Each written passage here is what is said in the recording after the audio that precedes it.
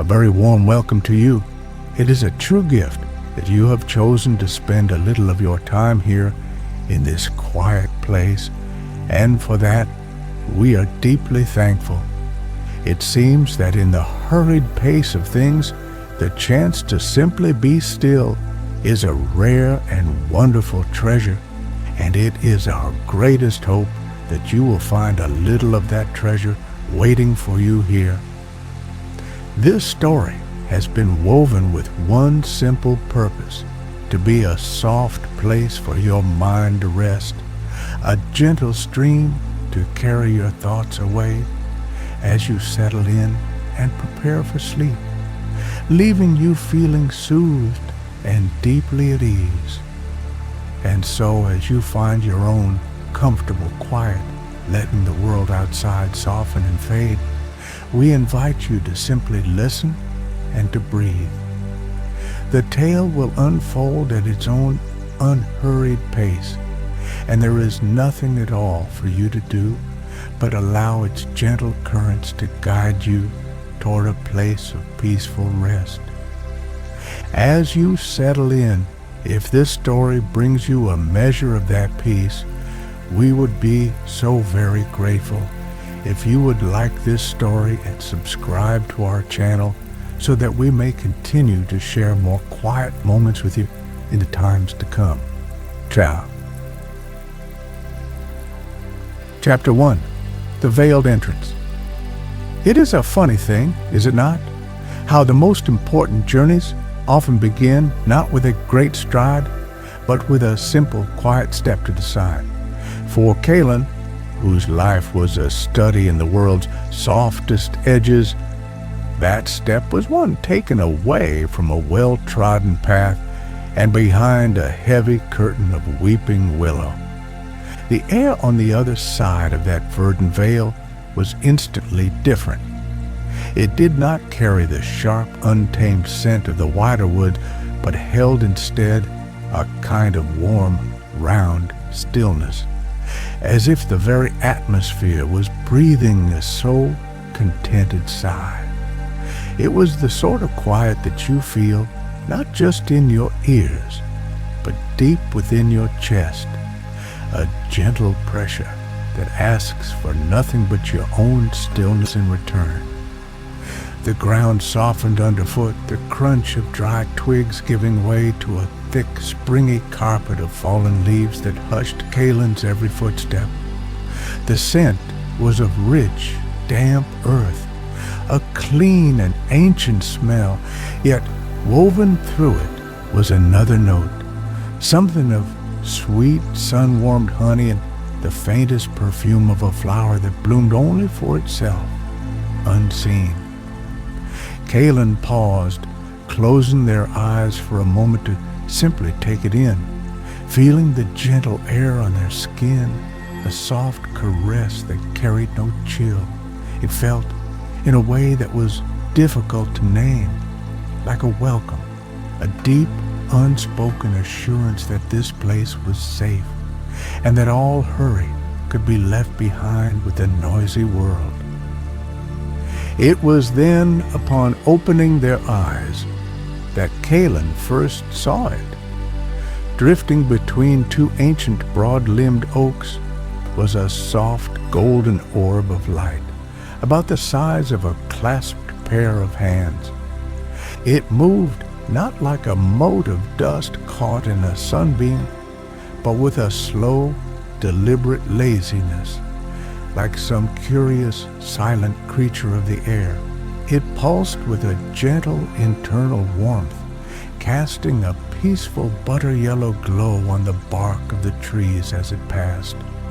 This, Kaylin knew with a certainty that settled deep in their soul, was the wandering light. It held no menace, no startling strangeness, only a profound and gentle magic that seemed as natural to this place as the leaves on the trees. Following the light's meandering path as one might follow a butterfly, Kaylin came upon a small cottage nestled in a shallow dip of the land. It was made of simple gray river stone with a roof of thick, overlapping slates that had grown a soft blanket of green here and there. It looked as though it had stood there for 100 years or more, yet it showed no signs of neglect or decay. The small wooden door was painted a gentle, faded blue and was held a hand's breadth ajar, not broken or forced, but as a simple, quiet invitation to enter. Smoke, smelling faintly of seasoned birchwood, curled from the chimney in a slow, contented spiral. A feeling of profound and utter safety settled over Kaylin, a comforting weight in their limbs, easing tensions they hadn't even known they carried. Here was a place that did not demand but simply offered. It offered shelter. It offered warmth. It offered a quiet moment to be. The journey to this hidden vale had been long, a slow pilgrimage of charting the world's forgotten places. But standing before this humble cottage, with the wandering light bobbing gently over the roof before drifting on, Kaylin felt a sense of arrival. It was the feeling of coming home to a place they had never been before, a quiet assurance that they could finally lay down their maps and simply rest. Stepping through the open doorway was like stepping into a warm, gentle memory. The air inside was even warmer than without, carrying the comforting scent of wood smoke and dried herbs. The single room was simple and spare, furnished with only a sturdy wooden table, 2 chairs, and a small bed in the corner, covered with a thick, hand-stitched quilt. A fire was already laid in the hearth, its embers glowing with a soft orange light, waiting only for a gentle breath to be coaxed back into a cheerful flame. Everything was clean and orderly, as if its occupant had just stepped out for a moment to gather water from the stream. Upon the table sat a single earthenware mug and a small cloth-wrapped bundle. Kaylin felt no hesitation, no sense of intrusion, only a quiet gratitude. Untying the cloth revealed a loaf of dark, dense bread, still faintly warmed at the touch, and a small wedge of pale, crumbly cheese. It was a simple offering, a humble kindness that spoke volumes in the silent cottage. It said, "You're welcome here. You're safe. Rest now." And Kaylin, feeling the weariness of their travels settle into a soft and pleasant weight, knew that was exactly what they would do. Sinking into one of the smooth, worn wooden chairs, Kaylin let out a long, slow breath they had been holding for what felt like weeks. The quiet of the room was a physical presence, a soft blanket that muffled the faraway hum of the world they had left behind. Through the small, deep-set window, another orb of the wandering light drifted past, its golden glow momentarily filling the little room with a soft, ethereal radiance. Kaylin watched it go, a faint, peaceful smile touching their lips. They had found another quiet corner of the world, perhaps the quietest of them all. Chapter 2. The Cottage of Quiet Moments. The cottage, Kaylin soon discovered, was a place that encouraged slow, deliberate moments. Every object seemed to have been placed with a quiet intention, inviting a gentle touch or a moment of peaceful contemplation. Kaylin's fingers, so used to the crisp parchment of maps, now traced the smooth, flowing grain of the wooden table, feeling the history of countless simple meals and quiet conversations in its worn surface. They lifted the quilt from the bed, its weight surprisingly heavy and comforting, its patchwork of soft, faded fabrics telling a silent story of warmth and care. It smelled faintly of lavender and clean air, a scent that promised deep and untroubled sleep. Finding a small stack of seasoned logs beside the hearth, Kayla knelt and gently coaxed the embers back to life. The fire did not roar or spit, but caught with a soft, contented whoosh, the flames beginning a slow, steady dance of orange and yellow. The sound of the logs crackling was like a quiet form of laughter, a cheerful domestic murmur that filled the silence with a sense of cozy companionship. On a small stone shelf above the hearth, a row of earthenware canisters sat in a neat line. Kaylin opened one, releasing a fragrant cloud of dried chamomile flowers and sprigs of lavender, their comforting scent instantly filling the small room and mingling with the wood smoke. It was a perfume of pure tranquility. After finding a kettle and filling it with cool, clear water from a pail by the door, Kaylin set it on a hook over the fire to warm. While waiting, they sat in the chair by the single deep-set window, a perfect vantage point for observing the gentle life of the vale. Outside, the world was painted in soft, muted tones of green and gray, but it was punctuated by the slow, silent ballet of the wandering light. Kaylin watched as one of the golden orbs drifted towards a drooping vine laden with pale bell-shaped flowers. As the light nudged one of the blossoms, a sound shivered through the air, a single soft, melodic chime, as clear and pure as a drop of water falling into a still pool. The kettle began to hum its own soft song, and soon the water was warm enough for tea. Kaylin spooned the fragrant herbs into the earthenware mug, pouring the steaming water over them and watching as the pale flowers swirled and danced, releasing their gentle color into the drink. The simple act felt like a ceremony, a small ritual to mark the transition from the wearying world of travel to this new haven of rest. Cupping the warm mug in both hands, Kaylin breathed in the steam, a soft cloud of pure comfort, and took a slow, deliberate sip. The tea was mild and sweet, a liquid warmth that spread from their chest all the way to their fingertips and toes. It was in this state of quiet contentment that Kaylin heard a soft scuff of a footstep outside the open door.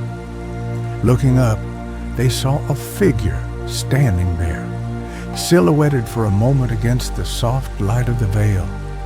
It was a man, not old, but with a timeless quality to his face, with kind eyes and a gentle, unassuming posture. He held a small cloth-covered basket in his hands and offered a soft, shy smile. This, Kaylin knew without being told, must be Fendrel, the quiet tender of this sanctuary. He did not speak, but simply nodded his head in a gesture of gentle greeting, his presence as calm and unobtrusive as the air itself. Fendrel stepped inside, his soft-soled boots making barely a whisper on the stone floor.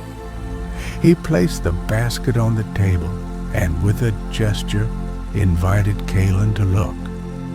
Lifting the cloth released a wave of the most wonderful aroma, the scent of freshly baked bread, warm and sweet, with comforting notes of cinnamon and baked apples. The loaf was round and golden brown, its surface glistening faintly. It was another simple, profound act of kindness, an offering of sustenance and welcome that required no words at all. Kaylin looked at Fendrel, their own smile mirroring his, a silent conversation of gratitude and acceptance passing between them in the warm, firelit air. They sat together at the table, a comfortable silence settling between them as they broke off pieces of the warm, soft bread. The texture was delightful, the crust slightly crisp, giving way to a wonderfully yielding crumb with soft chunks of sweet apple studded throughout. They ate slowly, savoring the simple, perfect flavors. Outside, the chime bells rang their soft, sporadic notes, and the fire crackled its gentle tune. Kaylin felt a deep sense of peace settle over them, a feeling of being completely and utterly present in this quiet, gentle moment, sharing a simple meal with a kind stranger who already felt like an old friend. When Fendrel finally rose to leave, he simply placed a hand over his heart for a moment, a gesture of sincere and quiet warmth, before slipping out as gently as he had arrived. Kaylin was left alone once more, but the cottage no longer felt empty. It was filled with the lingering scent of sweet bread, the warmth of the fire, and the gentle memory of a shared, peaceful moment. Looking out the window, Kaylin watched the vale slowly soften as the afternoon light deepened, the golden orbs of the wandering light glowing ever more brightly in the approaching dusk. A feeling of deep, restful contentment washed over them, and they knew with a certainty that calmed their very soul that they had found a place to truly be still. Chapter 3. The Hum of the Earth. The next morning, Kaylin awoke not to a sound, but to a quality of light. A soft golden glow was seeping through the window, painting a warm, moving pattern upon the opposite wall. It was the wandering light, making its slow, silent morning rounds. Kaylin lay still for a long while, simply watching it, feeling the deep, restorative peace of a sleep untouched by dreams. The air in the cottage was cool but not cold, and the lingering scent of old wood smoke and dried lavender was deeply comforting. There was no urge to hurry, no schedule to keep, only the gentle invitation of a new day in the vale. After a simple breakfast of the leftover apple bread, Kaylin found Fendrel waiting quietly outside, a gentle smile on his face, as if he knew a walk was in order. Fendrel led the way, not along a defined path, but through the soft, open spaces between the ancient trees.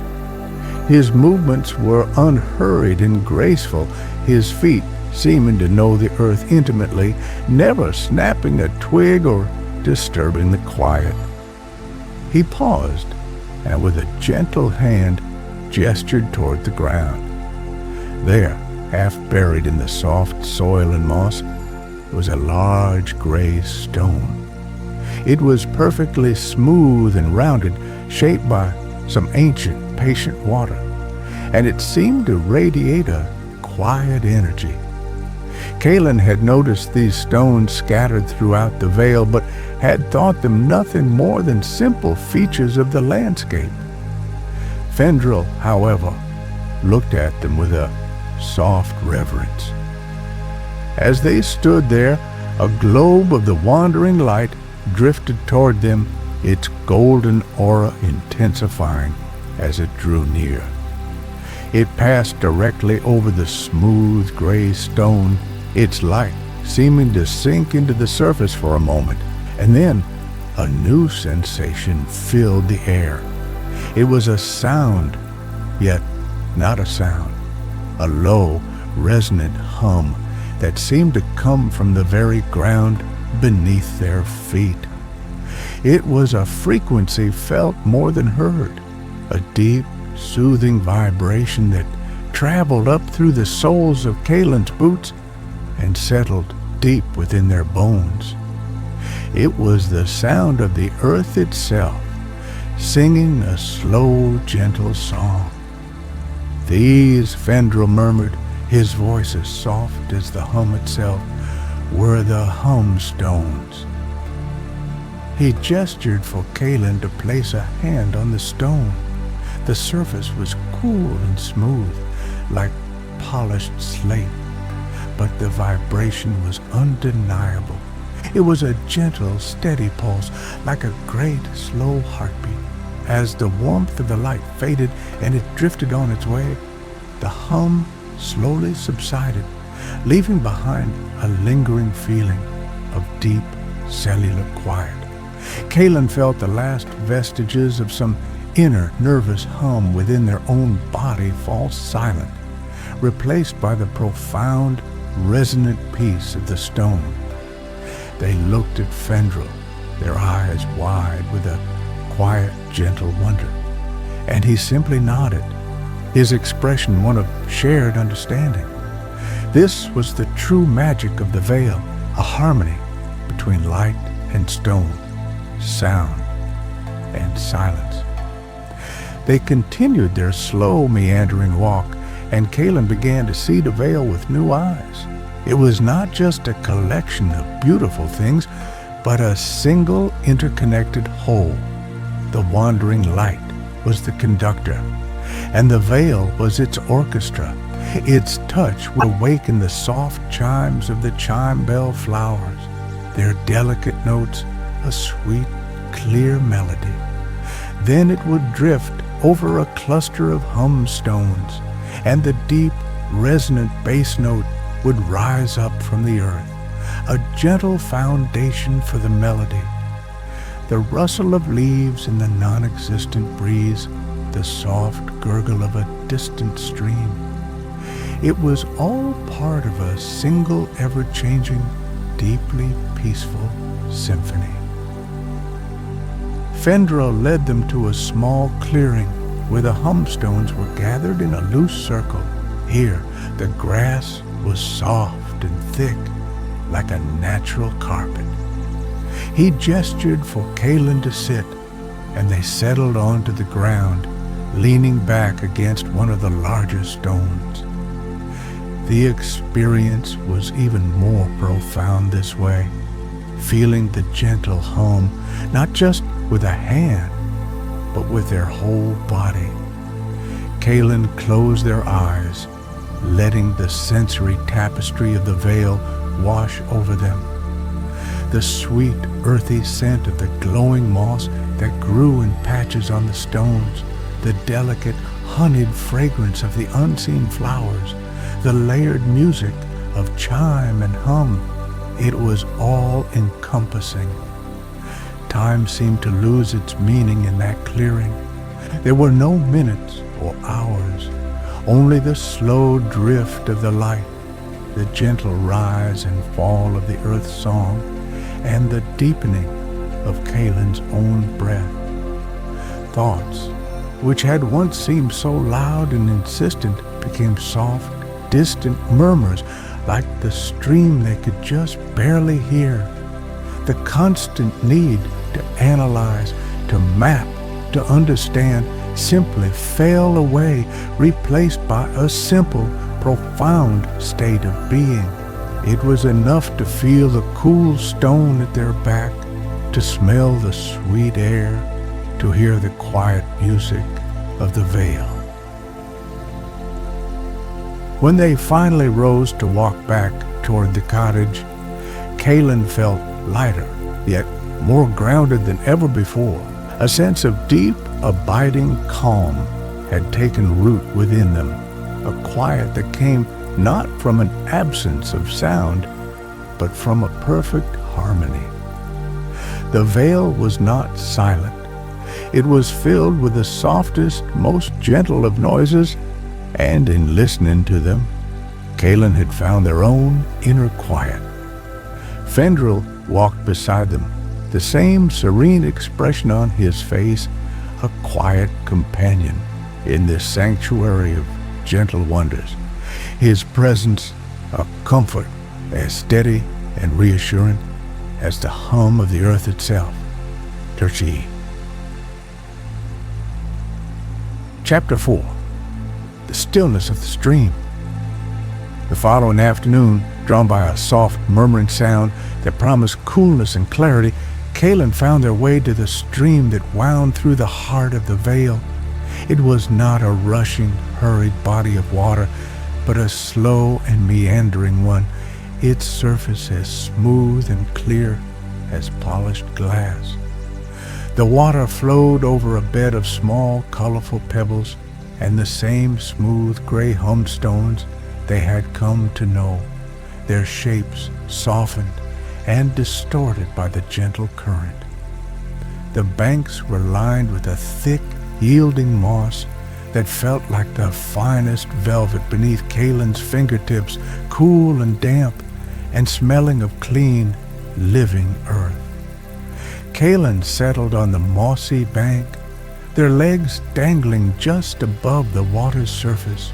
The air here was different again, carrying the clean, almost sweet scent of the water and the wet stones. They watched for a long time as the stream made its patient, unceasing journey, a perfect embodiment of the vale's own languid pace. There was no struggle in its movement, no frantic rush to get anywhere, just a gentle, constant flowing. It was deeply mesmerizing, and Kalen felt their own thoughts begin to slow, mirroring the unhurried current before them. Leaning forward, Kalen dipped their hands into the stream. The water was surprisingly cool, a silk and refreshing touch against their skin. As they lifted their hands, they noticed something extraordinary. Clinging to their fingers and palms were thousands of tiny, shimmering motes of light, as if they had scooped up a handful of liquid stars. The motes were not of the wandering light, but something else entirely, a soft, silvery luminescence that pulsed with a faint, gentle energy before slowly fading back into nothingness. It left Kalen's skin feeling soft and strangely energized, a feeling of clean, quiet vitality. Just then, a large orb of the wandering light drifted down from the canopy of trees and came to a stop just a few feet away, hovering silently over the surface of the water. Its golden warmth was a pleasant contrast to the coolness of the stream. Where the light touched the water, the surface seemed to ripple and glow, and the light's reflection was a perfect, unwavering sphere, a golden sun held within the clear depths.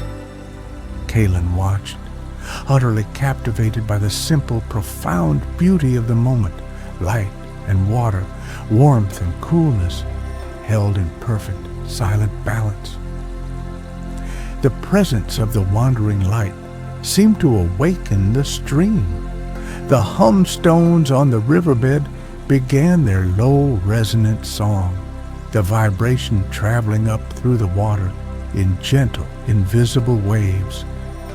Kalen could feel it against their immersed hands, a soft, rhythmic pulsing that seemed to soothe them from the outside in. The entire scene was one of breathtaking tranquility. The golden light, the shimmering water, the deep earthy hum, and the soft scent of wet moss. There was nothing to do but be a part of it, a quiet observer in a world of gentle magic. Lying back on the soft moss, Kalen pillowed their head on their arms and simply gazed up at the leafy canopy above. The leaves formed a complex, shifting mosaic of green against the pale sky, and every now and then another globe of light would drift lazily through a gap, its journey slow and serene. The constant gentle sensory input, the cool feel of the moss, the soft sound of the water, the deep hum from the stream bed, the sweet smell of the air created a profound sense of peace. It was a state of being where thought was unnecessary, where the quiet joy of simple existence was more than enough. A feeling of deep acceptance washed over Kaylin, acceptance of the quiet, acceptance of the slowness, acceptance of this beautiful, gentle world. There was no need to strive or to seek. Everything that was needed was already here, offered freely and without condition. The veil was teaching them a new way of being, a way of listening with more than just ears, of seeing with more than just eyes. It was a lesson taught not in words, but in the feeling of cool water on skin, in the hum of a stone, in the dance of light on a clear, slow-moving stream. Time passed unmarked. The light began to soften, the golds deepening into a warmer, more honeyed hue as the afternoon waned. Kaylin did not move, content to remain in this bubble of perfect peace. A single pale chime bell flower growing on a vine that dipped low over the bank was nudged by a gentle stir of air and released its single perfect note. The sound hung in the still air for a moment, a tiny crystalline punctuation mark in a long, beautiful, silent sentence. Kaylin smiled, a soft expression of pure contentment. This moment was perfect.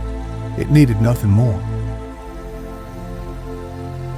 Chapter 5. A Carried Peace.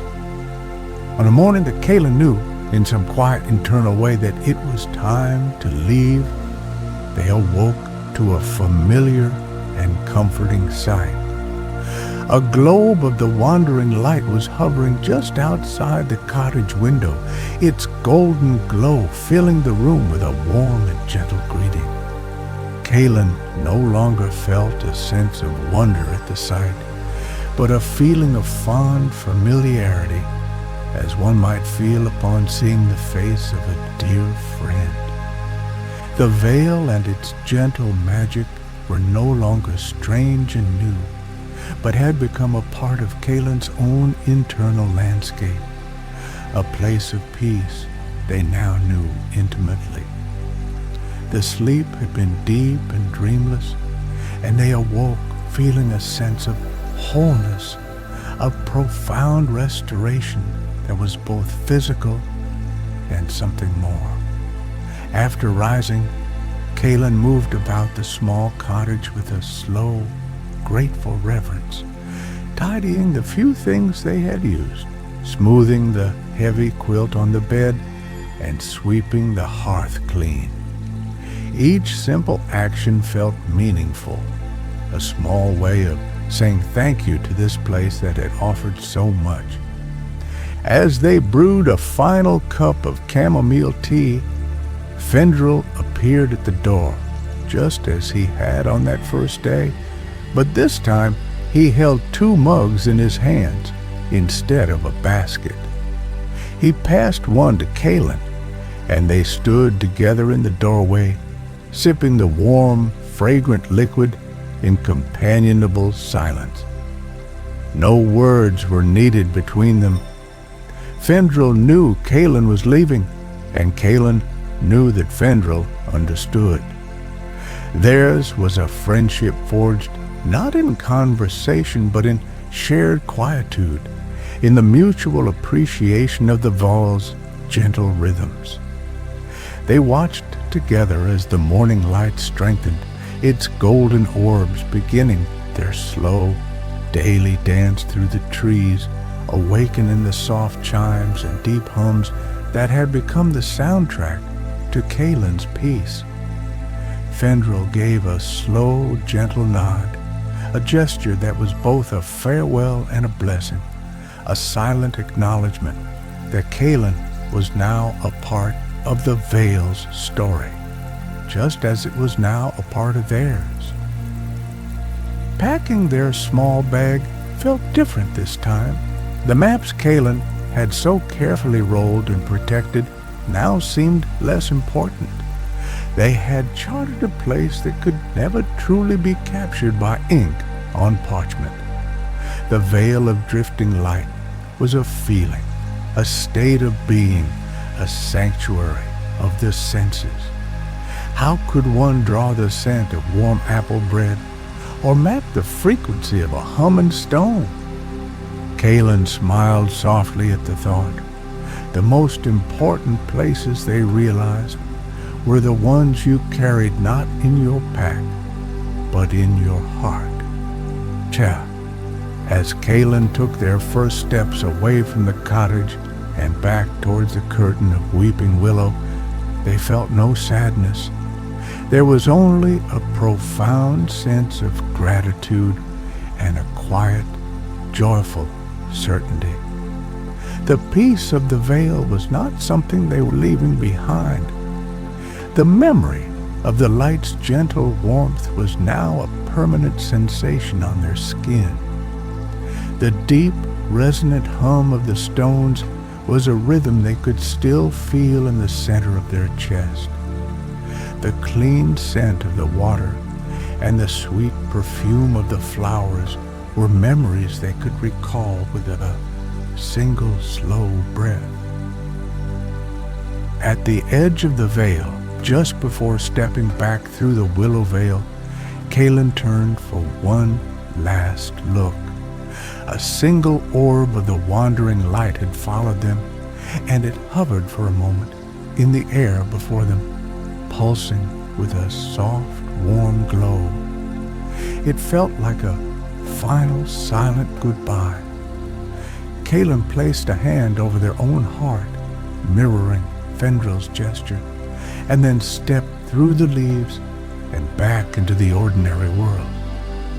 The air was sharper here, the sounds crisper, the light more direct, but it no longer felt jarring.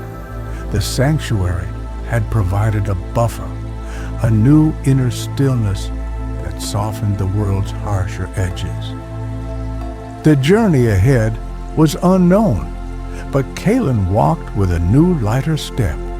They carried the veil within them, a portable sanctuary, a memory of profound calm to be accessed whenever the world felt too loud or too fast.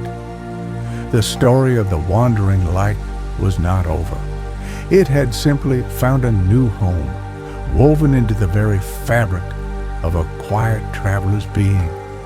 And as they walked, Kalen let out a long, slow, and deeply peaceful exhalation, a soft release that felt like the veil itself, breathing out into the wider world. The restoration was complete.